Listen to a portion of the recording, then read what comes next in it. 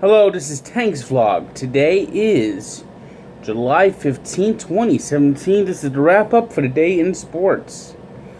I thought they held the Boston Marathon in April. Apparently, they decided to hold another Boston Marathon as the Yankees and Red Sox battled to 16 innings. This game did not need to go 16 innings. What happened was Chris Sale was dominating the Yankees. He had them tied up in knots. He struck out 13 batters. But then that pitch count, and they took him out of the game and tried to have Craig Kimbrel get a 4-out save. Now, Kimbrel's been terrific. He's been nearly perfect all year. But when Chris Sale is sailing along, you can't take him out of the game. I don't care about pitch counts. I know he pitched in the All-Star game. He started the All-Star game for the American League.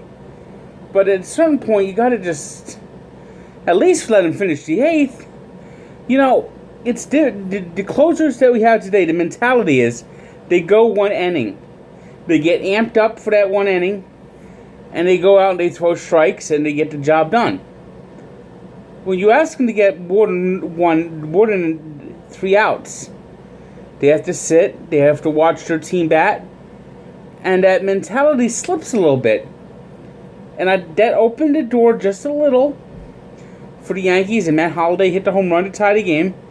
And then after that, it was just bullpens, and the Red Sox couldn't get any offense going. When Chris Sale pitches, for some reason the Red Sox bats don't arrive at Fenway Park. So the Yankees, who have bullpen's been horrendous the last month, they saved the day. They went 9 innings and they only allowed 3 runs. 3 hits. I shouldn't say 3 hits, I should say. And that was a big win for the Bronx Bombers. They needed to stop the bleeding, and they certainly did that today as they scratched across 3 runs in the 16th inning. And the biggest thanks they have to give is John Farrell for taking Chris Sale out. Meanwhile, I was at Citi Field tonight, and the Mets got off to a fast start. Tyler Chatwood was the exact opposite of Chris Sale. He was awful for the Rockies. He only retired 1 batter. He couldn't find home plate, and before you knew it, Jay Bruce was hitting a 3-run homer, and he was taken out of the game, some sort of injury. And the Mets are rolling. They won the game 9-3.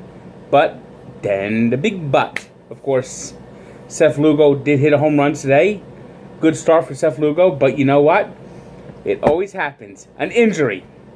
Yoenis Cespedes is out again. I swear, Yoenis Cespedes is more fragile than porcelain crystal. Is he made out of balsa wood? Every time you turn around, he's tearing something, ripping something, pulling something. This one, he dove for a ball, tried to make a shoestring catch, and the turf comes kicking up. They must have had the same people do the grounds crew at Citi Field that did the Shea Bridge the other day. I didn't mention this last night, but I'm a good friends with Pinman on Facebook. And I'm pretty sure if you go to Met games, you used to know who Pinman is. The guy's name is Nick. And he wears a whole bunch of pins that he's collected over all the years on his jerseys. And walking across Shea Bridge on Friday night, they did some painting. I guess they painted the logo on the bridge. And the bridge, even on regular days when it's raining, that bridge is slick. They have this tile that matches the bathroom. Why? I don't know. Why isn't it just regular concrete? But that bridge is always slick. So they added some fresh paint, and Pinman fell and hurt his shoulder. So we have to give our good thoughts and prayers to Pinman. Fortunately, it was not broken, but what the hell? Come on.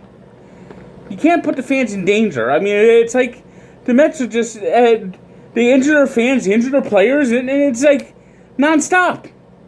I mean, I think the Mets need to have the first infirmary inside the stadium. I mean, the Philadelphia Eagles were famous for having a jail inside the Veterans Stadium. The Mets need to put the hospital for special surgery wing. They have the special wing. They could put it next to McFadden's out there.